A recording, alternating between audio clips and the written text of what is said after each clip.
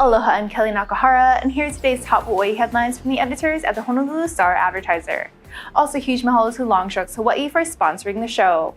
Head on over to your neighborhood Longstrokes for all your shopping needs.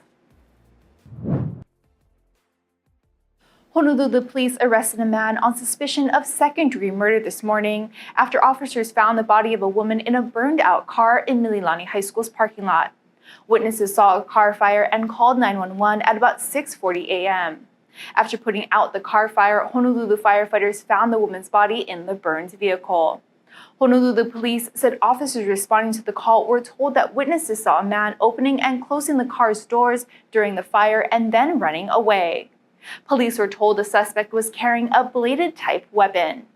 Witnesses followed the 25-year-old man until police arrived and officers arrested him on suspicion of second-degree murder. Police did not immediately release the identity of the woman.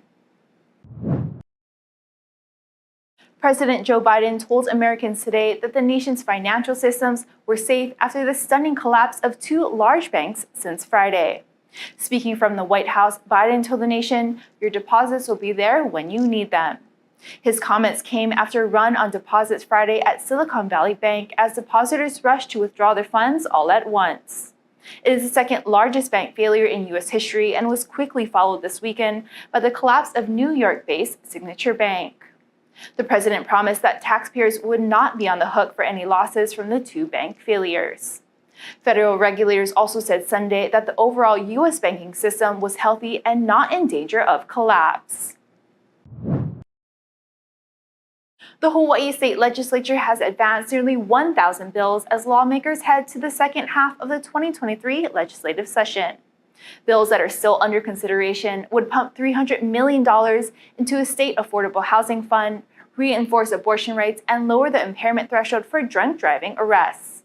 In all, 949 bills crossed between the Senate and the House of Representatives by last week's midway point. That represents about 30% of the more than 3,000 bills introduced this year. On average, only about 250 bills become law in a typical Hawaii legislative session. For a full list of how the major bills have fared so far, go to StarAdvertiser.com. The former Mililani High School athletic director pleaded not guilty today to charges that he stole over $400,000 from the school's sports booster club. Glenn S. Nita was indicted March 3rd and charged with 3 counts each of first-degree and second-degree theft and 2 counts of failing to report income. The 75-year-old Nita surrendered to state sheriff's deputies on March 6 and posted bail. Nita entered a plea of not guilty in Honolulu Circuit Court this morning and remains free on $500,000 bail. Nita is accused of using the nonprofit's money to pay more than $360,000 for personal expenses, including gambling in Las Vegas, loans, credit cards, and checks to family members. He taught at Mililani for 48 years and coached the junior varsity and varsity baseball teams before retiring in 2021. His trial is set for May 15th.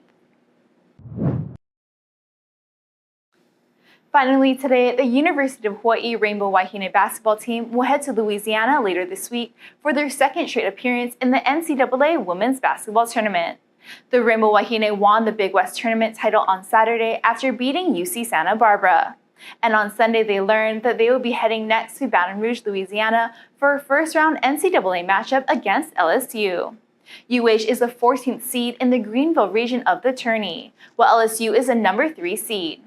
The winner of the Friday game will face the winner of a matchup between 6th-seeded Michigan and number 11th-seeded UNLV next Sunday.